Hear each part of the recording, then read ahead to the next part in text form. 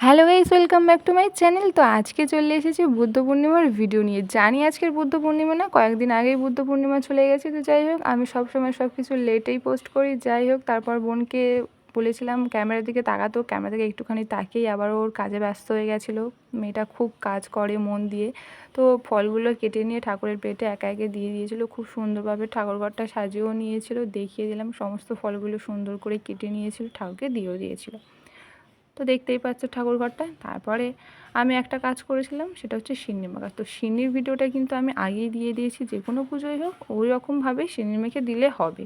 তো আগের একটা ভিডিওতে আমি দেখাতে পারিনি যে সিন্নিতে গঙ্গার জল আর ডাবের জল একসঙ্গে মিক্সড করে দিতে হয়, কিন্তু এই ভিডিওটাতে আমি দেখিয়ে দিচ্ছি গঙ্গার জল, ডাবের জল আর কলের জল একসঙ্গে মিক্সড করে দিলেই হয়ে যাবে। তো দেখতেই পাবে লাস্টে আমি জল দিয়ে দিচ্ছি। তো দেখতেই পেলে জল দিয়ে দিলাম। তো সিন্নি মাখা কমপ্লিট। তারপরে পঞ্চপ্রদীপ জ্বালানোর জন্য পঞ্চপ্রদীপটা রেডি করছিলাম। পঞ্চপ্রদীপ রেডি করা হয়ে গেছে, দেখতেই পাচ্ছ। তারপরে পঞ্চপ্রদীপটা জ্বালিয়ে নিচ্ছিলাম। তো সেদিন বাবা বাড়িতে ছিল না, বাবা পুজো করতে গেছিলো। তো বাবার হয়ে পুজো করার দায়িত্বটা নিয়ে নিয়েছিলাম আমি। যেহেতু বাবার মতো অত ভালো পুজো করতে পারি না, খুব সামান্যভাবেই করেছিলাম। আমি কিছু জানি না পুজো সম্পর্কে, তাও একটু চেষ্টা করেছিলাম।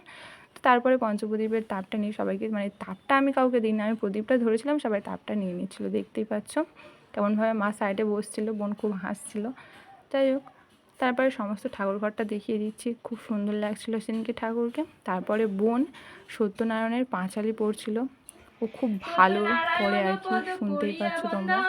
ক্রমে ক্রমে বন্দিলাম যত দেবগণ, কলিকালে নারায়ণ পূজার। তো বুদ্ধ পূর্ণিমার ভিডিওটা ছিল কিন্তু এই পর্যন্ত। ভালো লাগলে অবশ্যই করে লাইক, শেয়ার, কমেন্ট আর চ্যানেলটি সাবস্ক্রাইব করতে কিন্তু ভুলো না, এবং আমার পাশে থেকো। টাটা।